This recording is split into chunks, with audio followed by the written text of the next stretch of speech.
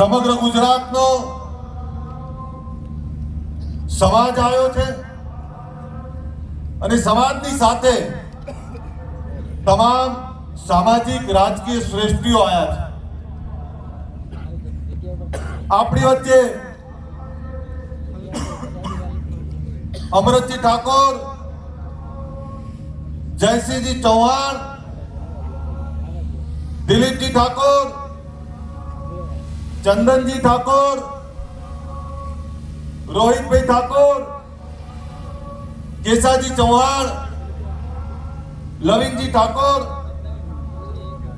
દિલીપ નટુજી ઠાકોર, ગુજરાત સરકારના મંત્રી રમણભાઈ સોલંકી, મારા પિતાશ્રી બળદેવજી ઠાકોર, જગદીશભાઈ ઠાકોર, એમની બાજુમાં કીર્તિદાનભાઈ ગઢવી, વિક્રમભાઈ ઠાકોર, આપણા સાબરકાંઠાના સાંસદ શોભનાબેન બારૈયા, બનાસના સાંસદ જ્ઞાનીબેન, અર્જુનસિંહજી, કલ્પેશભાઈ, રાજેશભાઈ, આપણા મંત્રી સ્વરૂપજી, મંત્રી શ્રી સંજયસિંહજી, અહીંયા અનેક મહાનુભાવો, સુખાજી, વિજયભાઈ સુવાળા, ભીખાજી, ગજેન્દ્રસિંહજી, દશરથજી, મેરુજી ધૂક, અનેક શ્રેષ્ઠીઓ, અનેક આગેવાનો આ મંચ ઉપર બેઠા છે। ત્યારે જ્યારે રાત્રે 3 વાગે આ સંમેલન, આ સભા બોલાવવાની વાત કરી ત્યારે ઘણા લોકોના મનમાં શંકા કુશંકાઓ હતી કે રાત્રે 3 વાગે કેમ, અને આવી કડકડતી ઠંડીમાં રાત્રે 3 વાગે કોણ આવે? અનેક સવાલો, અનેક વિચારો હતા। પરંતુ આપને કહું દોસ્તો, આ સમાજ વચ્ચે વર્ષોથી ફરું છું। એ સૌરાષ્ટ્રથી શરૂ કરેલી મારી સફર સૌરાષ્ટ્રના એક ગામડાઓમાં ફર્યો છું, ઉત્તર ગુજરાતના એક ગામડાઓમાં ગયો છું, મધ્ય ગુજરાતથી લઈને દક્ષિણ ગુજરાત સુધી ગયો છું। અલ્પેશ ઠાકોર રાતોરાત નહીં દેખાણો, એના પહેલા આ ગામડાઓ અને ગામડાઓની ધૂળ મેં જોઈ છે, ધૂળ ખાધી છે। એ બનાસકાંઠા, પાટણ, મહેસાણા, ગાંધીનગર, સાબરકાંઠા, અરવલ્લી, પંચમહાલ, મહીસાગર, આણંદ, ખેડા, વડોદરા, ભરૂચ, સુરત, નવસારી, અમદાવાદ, સુરેન્દ્રનગર, મોરબી, કચ્છ, રાજકોટ, જુનાગઢ, જામનગર, ભાવનગર, બોટાદ, આખા ગુજરાતમાં આ ગુજરાત ક્ષત્રિય ઠાકોર સેના ઓબીસી એકતા મંચની સ્થાપના કરી છે। દોસ્તો, જ્યારે સમાજના સંગઠનની વાત કરી મેં, ત્યારે સમાજની અનેક પીડાઓ હતી। કોઈ કદાચ મને સવાલ કરે કે ગુજરાત ક્ષત્રિય ઠાકોર સેનાની સ્થાપના કર્યા પછી સમાજને શું મળ્યું, તો તમારી છાતી ઉપર હાથ મૂકીને જવાબ આપજો કે બનાસકાંઠાના ઠાકોરને આ અમદાવાદના રાણીપમાં અલ્પેશ ઠાકોર કોણ રહે છે ઓળખતા હતા ખરા તમે? એક તાલુકાના એક ગામથી બીજા ગામના આપણે નતા ઓળખતા, ત્યારે એક તાલુકાથી બીજો તાલુકો, અને એક એવો તણીવાળો સમાજ જેને એક આખું ગામ એક રાખવું હોત તોય આંખે પાણી આવી જાય, અને એ સમાજને ઉત્તરથી દક્ષિણે, દક્ષિણથી મધ્ય, મધ્યથી સૌરાષ્ટ્ર સુધી એક કરવું એ કોઈ નાના છોકરાના ખેલ નથી। 15 વર્ષથી આ સંગઠન ચલાવીએ છીએ, પણ આ સંગઠન 15 વર્ષ થયા બને, પણ મારી સામાજિક સફર તો 25 વર્ષથી ચાલે છે। આ એ જ નેતાઓ છે જેણે લવણમુછીઓ અલ્પેશ ઠાકોર જોયો હતો। આ એ જ નેતાઓ છે, આ નેતાઓએ એ 50 કિલો વજન વાળો અલ્પેશ ઠાકોર જોયો હતો। આ એ જ નેતાઓ છે જેમની આંગળી પકડીને હું સમાજ સેવા અને રાજનીતિ શીખ્યો। આજે એ જ નેતાઓ આપણાને આશીર્વાદને સહકારને સમર્થન આપવા આવ્યા છે. આ ધન્યવાદને પાત્ર છે આ તમામ નેતાઓ. તમામ નેતાઓની રાજનીતિક વિચારધારા અલગ છે, પણ સામાજિક વિચારધારા માટે એક મંચ ઉપર બેઠા છે. આવું ક્યારેય ના બને. એ તો ભગવાન ભોળોનાથ આપણી જોડે હોય, માં પરમાત્મા અને માં કુળદેવી આપણી જોડે હોય તો જ આ થઈ શકે, બાકી ના થાય. અને સાહેબ કલ્પના તો કરો, ધોળા દિવસે ગાડીઓના ભાડા મૂકો તોય ભેગા ના થાય. એ રાતના અંધારામાં રાતના 3 વાગે આ સમાજ ભેગો થાય. સાહેબ જાગ્યો છે સમાજ. કોઈએ મને પૂછ્યું કે રાતના 3 વાગે શું આ અભ્યુદય શેનો? અભ્યુદય એનો, અભ્યુદયનો મતલબ શ્રેષ્ઠ સમય. અભ્યુદય એનો કે હા હવે વ્યસનની સામે જાગ્યા છીએ. એ દિવસ યાદ કરો, 2016 26મી જાન્યુઆરીનો એ દિવસ, જ્યારે જીએમડીસી ગ્રાઉન્ડમાં આપણે લાખોની સંખ્યામાં એકત્રિત થયા હતા. અને ત્યારે વાત મૂકી હતી વ્યસન મુક્તિની. અને જ્યારે વ્યસન મુક્તિની વાત મૂકી ત્યારે લોકો આપણા પર હસતા હતા. કેમ હસતા હતા? કે આપણામાં વ્યસનો ખૂબ હતા. કોઈ સમાજનો દીકરો રાહ ભટકેલો દારૂ પીને જતો હોય તો લોકો એવું જ ક્યાં ઠાકોર હશે. પણ જ્યારે 2016 26મી જાન્યુઆરીએ વ્યસન મુક્તિનો મહાકુંભ કરીને વિચારધારા મૂકી કે હવે અમારે અમારા નવલોહિયા યુવાનોને, અમારા દીકરાઓને ભર જવાનીમાં ખોવા નથી. અમારી દીકરીઓને ભર જવાનીમાં વિધવા નથી જોવી. અમારા દીકરાને દીકરીને અનાથ નથી જોવા. એટલે આ વ્યસન રૂપી રાક્ષસને ભગાડવો છે, એના માટેનો વ્યસન મુક્તિનો મહાકુંભ કર્યો. અને સાહેબ આ ગુજરાત ક્ષત્રિય ઠાકોર સેનાના મારા તમામ યુવાનો, આ યુવાનોનો આભાર માનું કે મેં કોઈ વાત મૂકી, એ વાતને આ યુવાનોએ ઘરે ઘરે સુધી પહોંચાડી, ગામ ગામ સુધી પહોંચાડી. આજે છાતી ખોલીને કહી દઉં કે ગુજરાતમાં ગામડાઓમાં આ સમાજમાં 90-95% વ્યસન મુક્તિ આવી ગઈ છે. હવે શોધવો પડે તમારે કે કોણ પીવે છે. શહેરોનું આંકલન નથી કર્યું મેં, પણ આ વાત એટલે કરું છું કે ગુજરાતના જે સમૃદ્ધ સમાજો છે, સમૃદ્ધ સમાજોના દીકરા દીકરીઓ હવે આ રવાડે ચડ્યા છે. ત્યારે એમને કહેવા માંગુ છું કે અમે કેવા સમાજમાં જન્મ્યા છીએ કે જેનો બાપ જમીન જાગીરી વાળો, બીજાના રખોપા કરનારો. અમે વર્ષો પહેલા જો વ્યસનો છોડી દીધા હોત તો અમદાવાદ ને ગાંધીનગર અડધી જમીનો હજુ અમારી પડી હોત. આ વાત તમને કહેવા આવ્યો છું. કારણ કે અમદાવાદ ને ગાંધીનગરની જમીનો જેની હતી એ ઠાકોરોની હતી, પણ અજ્ઞાનતા વ્યસનોના કારણે અમે ઘણી બધી જમીનો ખોઈ. જમીન જાગીરીની સાથે સમૃદ્ધિ ખોઈ. ત્યારે ગુજરાતની જનતાને કહેવા માંગુ છું કે તમે આ ખોવા ના માંગતા હો તો તમારા દીકરા દીકરીને વાળી લેજો. અમે ભોગવ્યું છે, તમે નહીં ભોગવી શકો. એટલે જ્યારે વ્યસન મુક્તિની વાત કરીને એની સફળતા જોઈ ત્યારે 2016 અને 2026 એક નવો વિચાર લઈને આવ્યા છે. વિચાર છે શિક્ષણનો. તમામ સમાજના દીકરા દીકરીઓ આઈએએસ, આઈપીએસ, યુપીએસસી, જીપીએસસી આ પાસ કરે. અને આપણે હજુ પણ ગુજરાતનો કહેવાતો સૌથી મોટો સમાજ હજુ પણ એક ડીએસપી કલેક્ટર નથી આપી શક્યા. તો જાગીએ તો ખરા ને. આ એના માટે બોલાયા છે તમે સાહેબ. તમામ સમાજની સંસ્થાઓ છે. તમામ સમાજની સંસ્થાઓમાં એમની આવનારી પેઢી માટે, ઉજ્જવળ ભવિષ્ય માટે, એના ઉજ્જવળ ભવિષ્ય માટે શિક્ષણની વ્યવસ્થાઓ થાય. એમના દીકરા દીકરીઓ ડીએસપી કલેક્ટર થાય તો આપણે ક્યાં સુધી ઉગતા રહેવાય. અને બીજું આપને કહેવાય એ પણ આવ્યું છે કે આપણે કહેવાય પછાત શેમાં? તો કે શિક્ષણમાં. આ શિક્ષણનું પછાતપણું ભાંગવું છે, અને શિક્ષણનું પછાતપણું ભાંગવું છે એના માટે કોઈ એક વ્યક્તિથી કઈ નહીં થાય. એક વિચાર મૂકવો પડે, ને વિચારને આપણે બધા એક સાથે ઉઠાવવો પડે તો જ કંઈક થાય, બાકી કંઈ ના થાય. જે સમાજો આગળ આવ્યા એ સમાજોમાંથી પ્રેરણા લેવી પડે.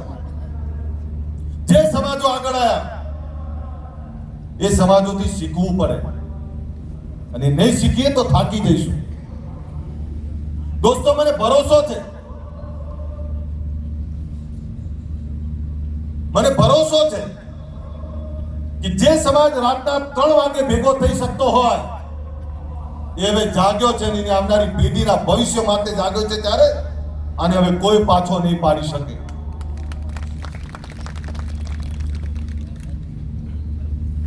रात नहीं ख्वाब बदलता है. बोलू ने, रात नहीं ख्वाब बदलता है, मंजिल नहीं कारवा बदलता है. जज्बा रखो जीतने का, क्योंकि किस्मत बदले ना बदले वक्त जरूर बदलता है. खबर पड़े छे? रात नहीं ख्वाब बदलता है, रात नहीं ख्वाब बदलता है, मंजिल नहीं कारवा बदलता है. जज्बा रखो जीतने का, क्योंकि किस्मत बदले ना बदले वक्त जरूर बदलता है. અને વક્ત બદલવો છે ને એટલે ભેગા કર્યા છે તમે. સમય પાછો લાવવો પડે, સમયના પન્નાને પાછા ફેરવવા પડે. એ ચાહે શિક્ષણની વાત હોય, ચાહે રોજગારની વાત હોય, કે ચાહે ભાઈ રાજનીતિની વાત હોય.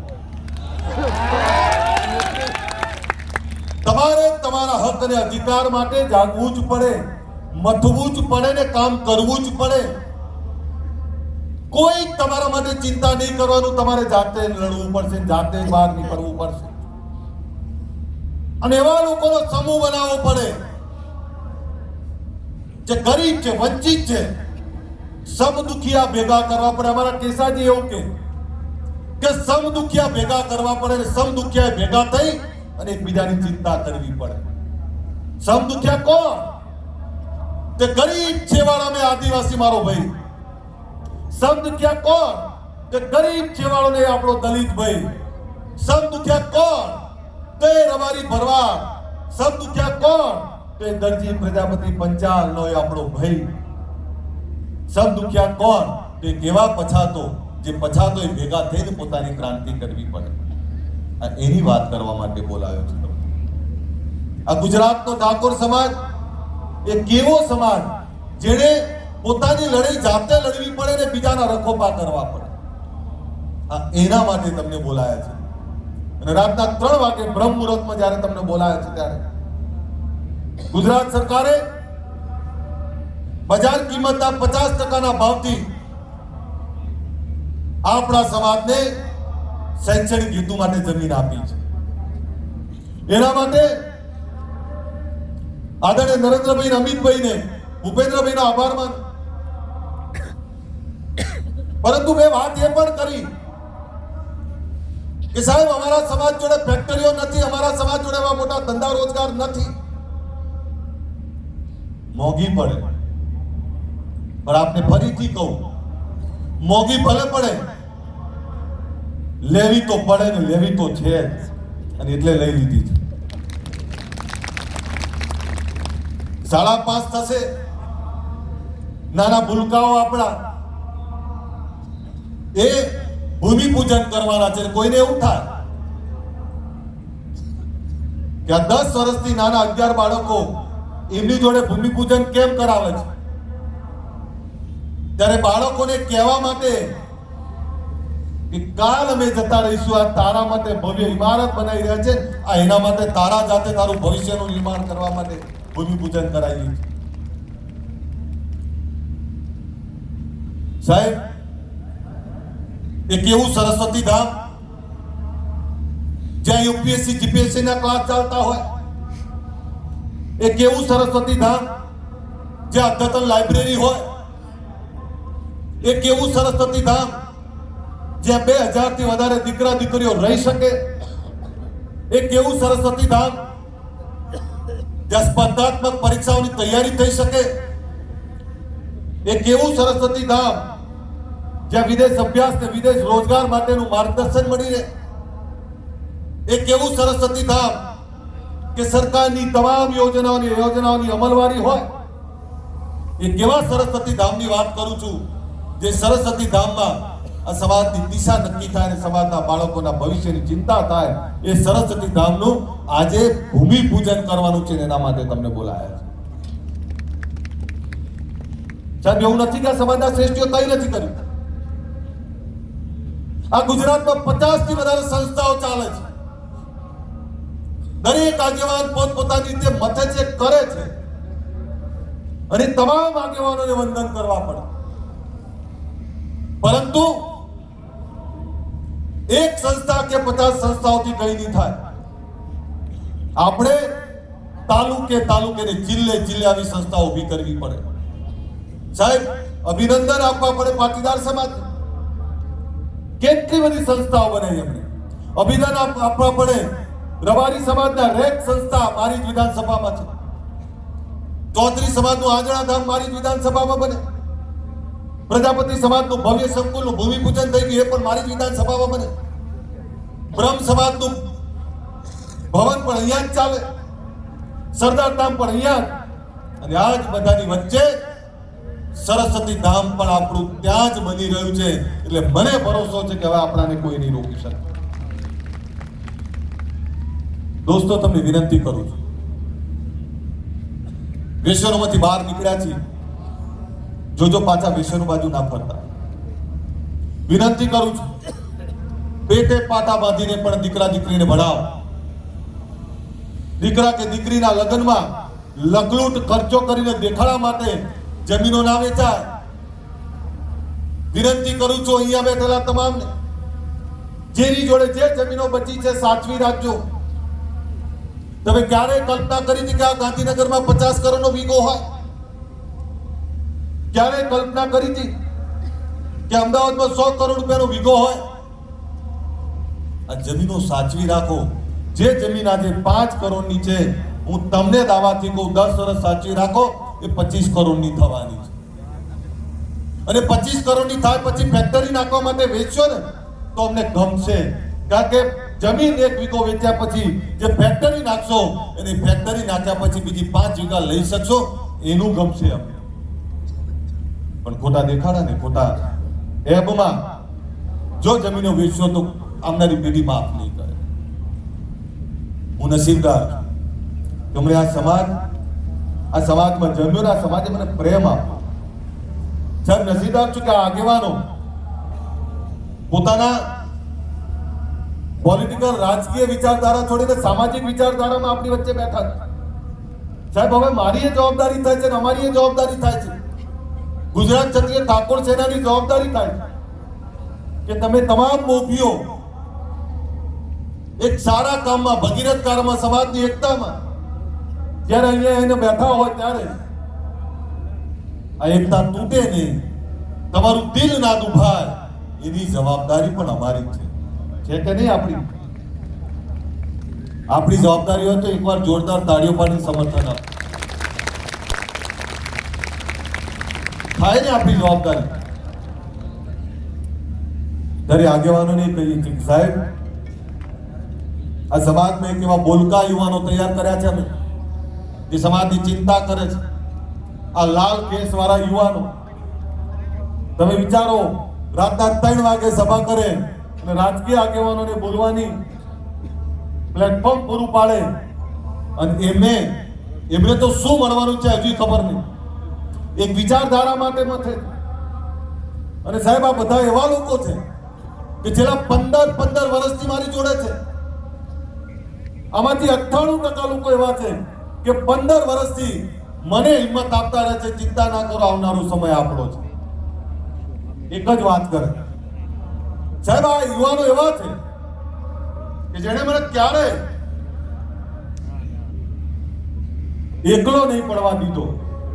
અને ઘણીવાર કહું, ઘણા મને હળવાશથી લેવાનો પ્રયત્ન કરતા હોય, પણ આ સમાજની એકતા કરવી હોય તો સહન કરવું પડે.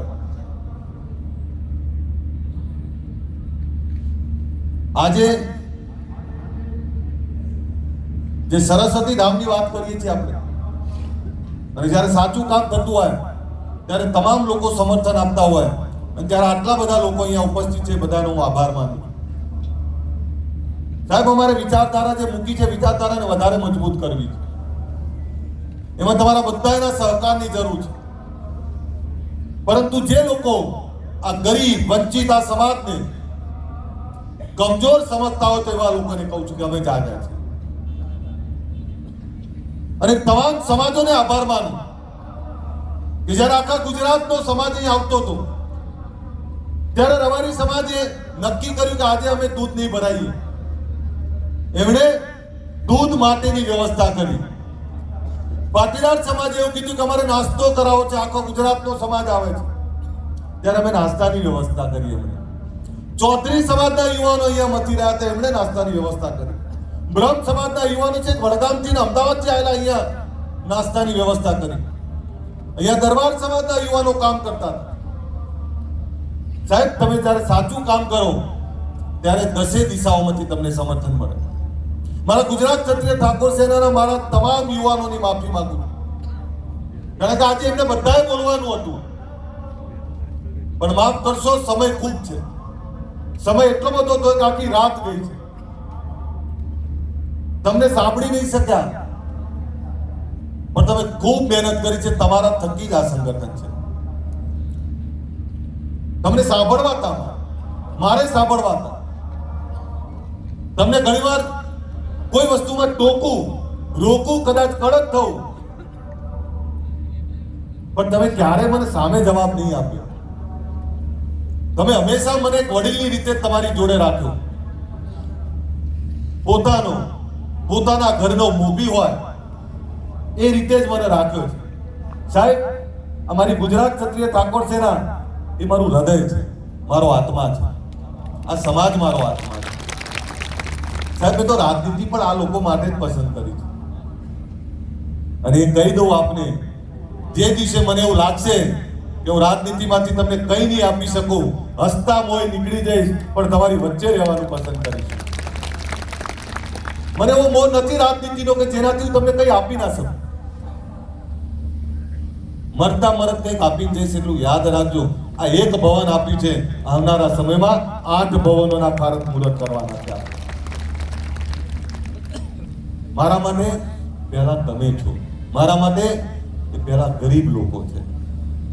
હું એ બાપનો દીકરો છું, એ સમાજનો દીકરો છું કે જેનો બાપ તમામ સમાજોના રખોપા કરતો હતો, તમામ સમાજોની ચિંતા કરતો હતો.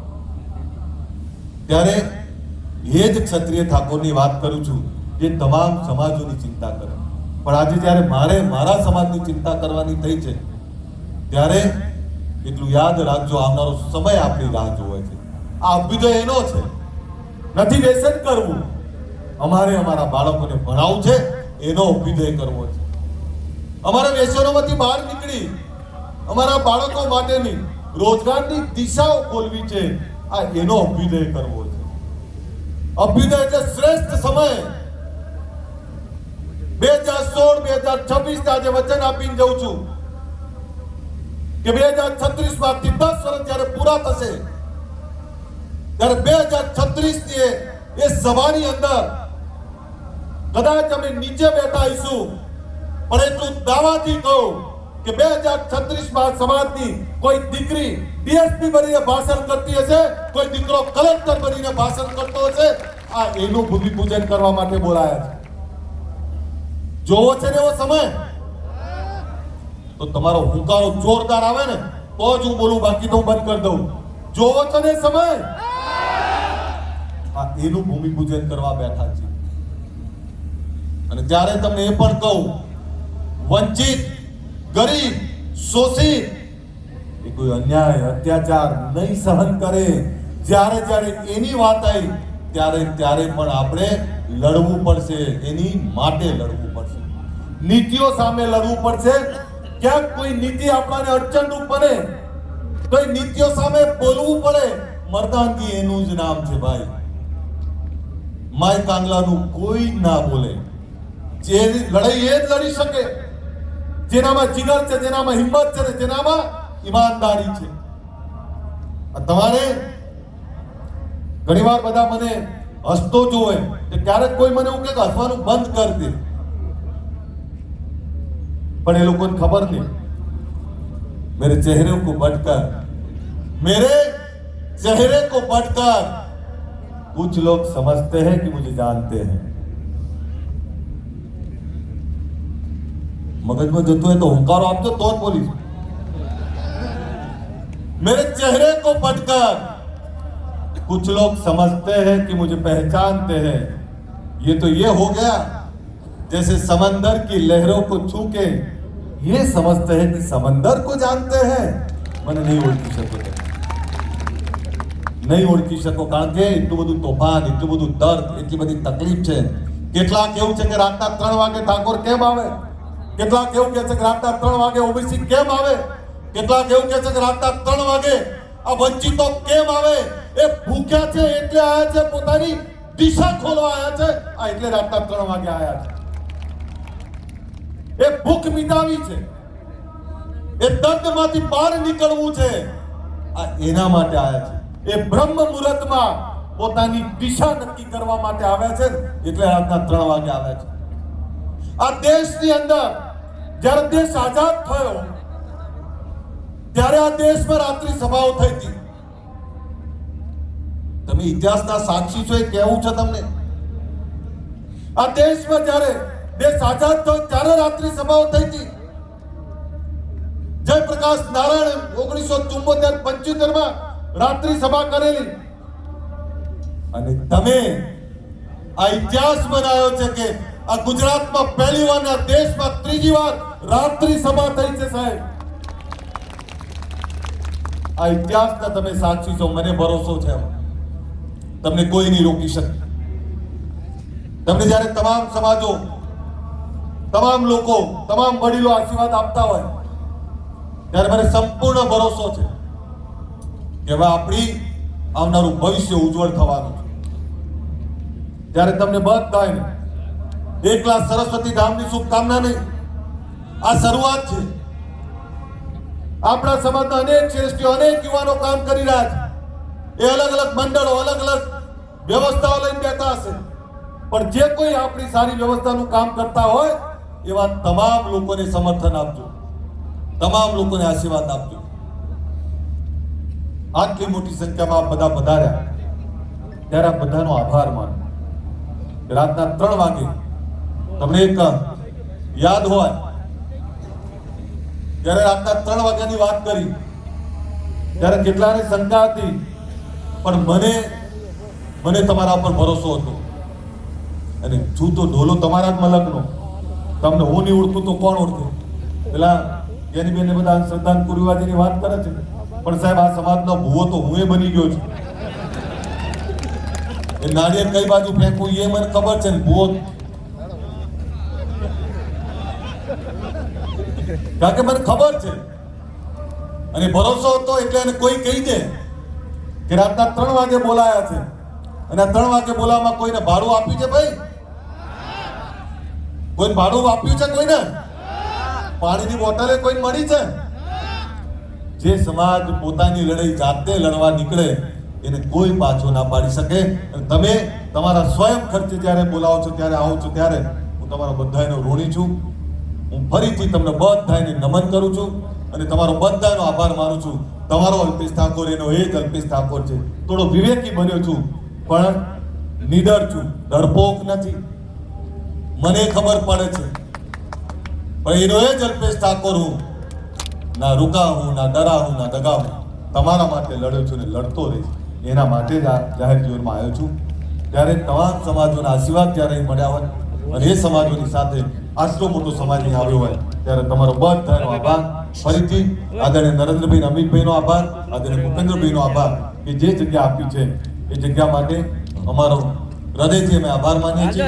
પરંતુ અહીંયા તમામ પક્ષાપક્ષીની પાસે અહીંયા બળદેવજી ઠાકોર, અહીંયા ગેનીબેન ઠાકોર, જગદીશભાઈ ઠાકોર, આ કોંગ્રેસ પાર્ટીના આગેવાનો છે એ અહીંયા બેઠા છે અને એની સાથે અહીં જયસિંહભાઈ ચૌહાણ, દિલીપજી, અહીં ચંદનભાઈ બેઠા છે, અહીંયા કેસાજી, અહીંયા રોહિતભાઈ બેઠા છે, સરકારના મંત્રી રમણભાઈ બેઠા છે, નટુજી ઠાકોર બેઠા છે, આપણી વચ્ચે સ્વરૂપજી ઠાકોર છે આપણા મંત્રી, એક બીજા સંજયસિંહ મહિડા ગયા, આપણા ધારાસભ્ય બેઠા છે, અર્જુનસિંહ સુખાજી ભીખાજી આપણા પ્રમુખ, ભાઈ રાજેશભાઈ, અનેક લોકો બેઠા છે।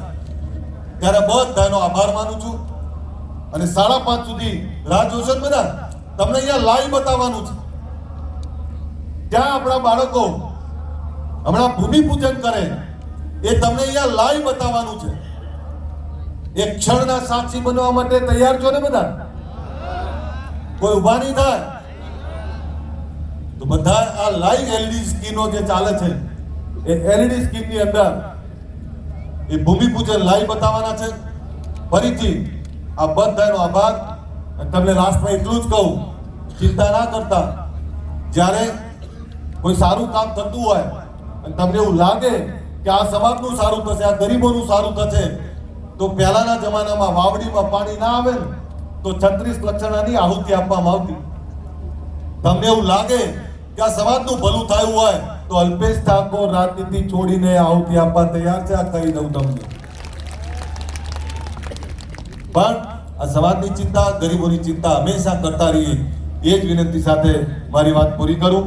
હું આપણા વડીલ આગેવાન જગદીશભાઈ ઠાકોરને વિનંતી કરું કે આપણી વચ્ચે સંબોધન કરે। એકવાર આ બધા જ આગેવાનો બે હાથ ઊંચા રાખી જોરદાર તાળીઓ પાડી લો બધા। ચાલુ જ રાખો ને, અવાજ આવે ચાલુ રાખો, ના કહું ત્યાં સુધી ચાલુ રાખો।